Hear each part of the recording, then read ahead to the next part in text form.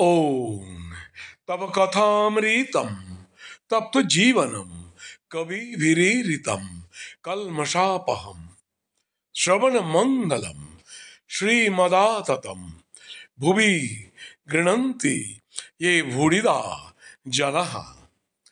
শ্রীমকথিত শ্রী শ্রীরামকৃষ্ণ কথামৃত পাঠ।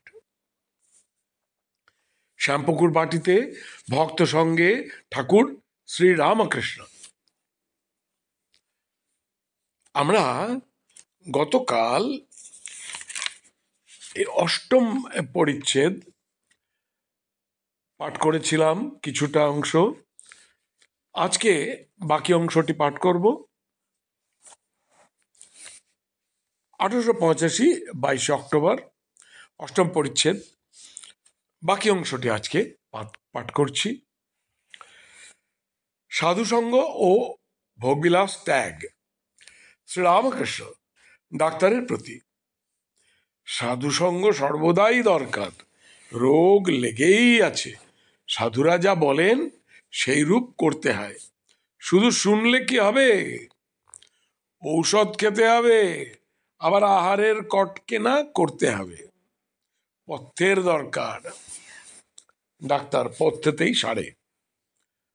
শ্রীরামকৃষ্ণ বৈদ্য 3 প্রকার: উত্তম বৈদ্য, মধ্যম বৈদ্য, অধম বৈদ্য।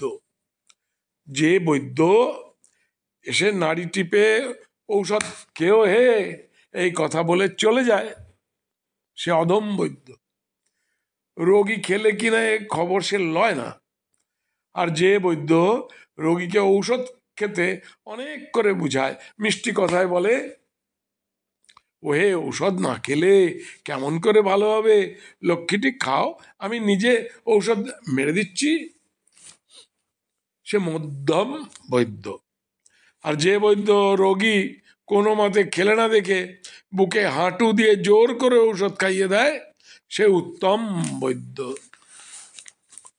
ডাক্তার আবার এমন ঔষধ আছে যা বুকে হাঁটু দিতে হয় না, যেমন হোমিওপ্যাথিক। শ্রীরামকৃষ্ণ উত্তম বৈদ্য, বুকে হাঁটু দিলে কোনো ভয় নাই। বৈদ্যের মতো আচার্যও 3 প্রকার: যিনি ধর্ম উপদেশ দিয়ে শিষ্যদের আর কোনো খবর লন না, তিনি অধম আচার্য। যিনি শিষ্যদের মঙ্গলের জন্য তাদের বারবার বুঝান যাতে উপদেশগুলি ধারণা করতে পারে, অনেক অনুনয় বিনয় করেন, ভালোবাসা দেখান, তিনি মধ্যম আচার্য। আর যখন শিষ্যরা কোনো মতে শুনছে না দেখে কোনো আচার্য জোর পর্যন্ত করেন, তাকে বলি উত্তম আচার্য। স্ত্রীলোক ও সন্ন্যাসী, সন্ন্যাসীর কঠিন নিয়ম ডাক্তারের প্রতি। সন্ন্যাসীর পক্ষে কামিনী কাঞ্চন ত্যাগ। স্ত্রীলোকের পট পর্যন্ত সন্ন্যাসী দেখবে না। স্ত্রীলোক কিরূপ জানো? যেমন আচার তেঁতুল, মনে করলে মুখে জল সরে। আচার তেঁতুল সম্মুখে আনতে হয় না। কিন্তু এই কথা আপনাদের পক্ষে নয়, এ সংসারীর সন্ন্যাসীর পক্ষে। আপনারা যতদূর পারো স্ত্রীলোকের সঙ্গে অনাসক্ত হয়ে থাকবে। মাঝে মাঝে নির্জনে গিয়ে ঈশ্বর চিন্তা করবে, সেখানে যেন ওরা কেউ না থাকে।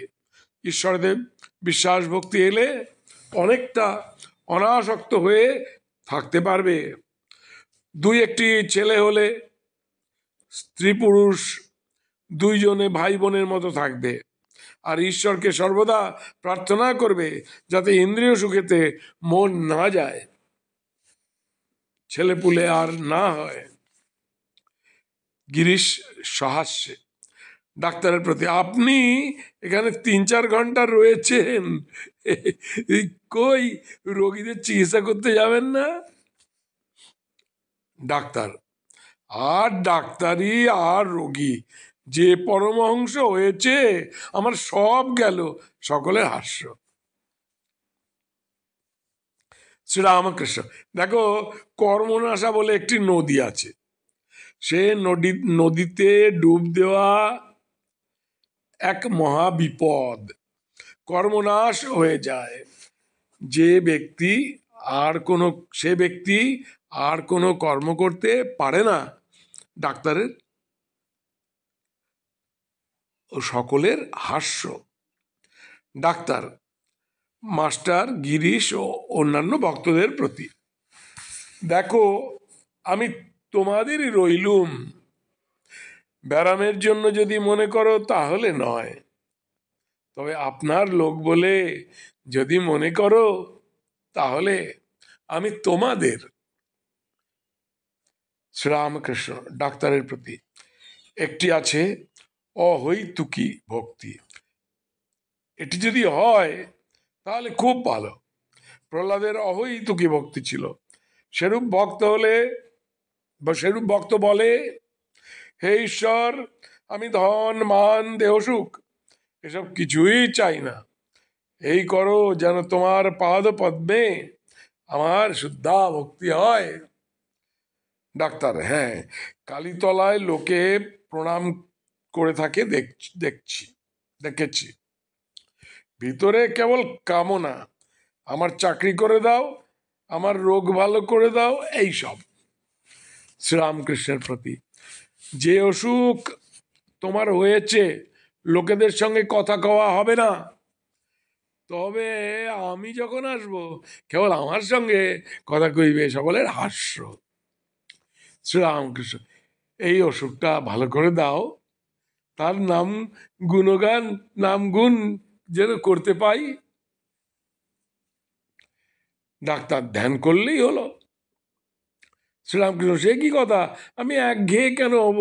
আমি 5 রকম করে মাছ খাই, কখনো ঝোলে, কখনো ঝালে, অম্বলে, কখনো বা ভাজায়।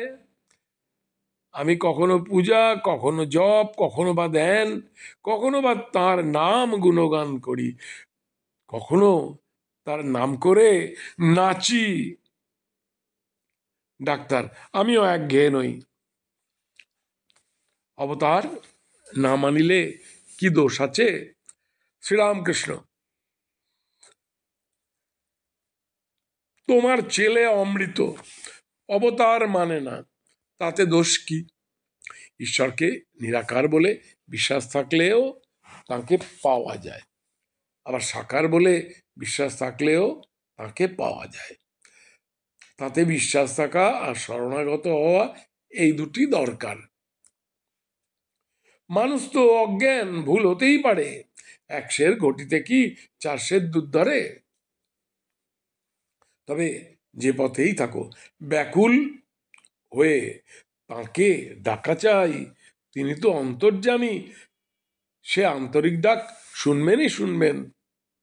ব্যাকুল হয়ে সাকারবাদীদের পথেই যাও আর নিরাকারবাদীদের পথেই যাও, তাকেই অর্থাৎ ঈশ্বরকেই পাবে।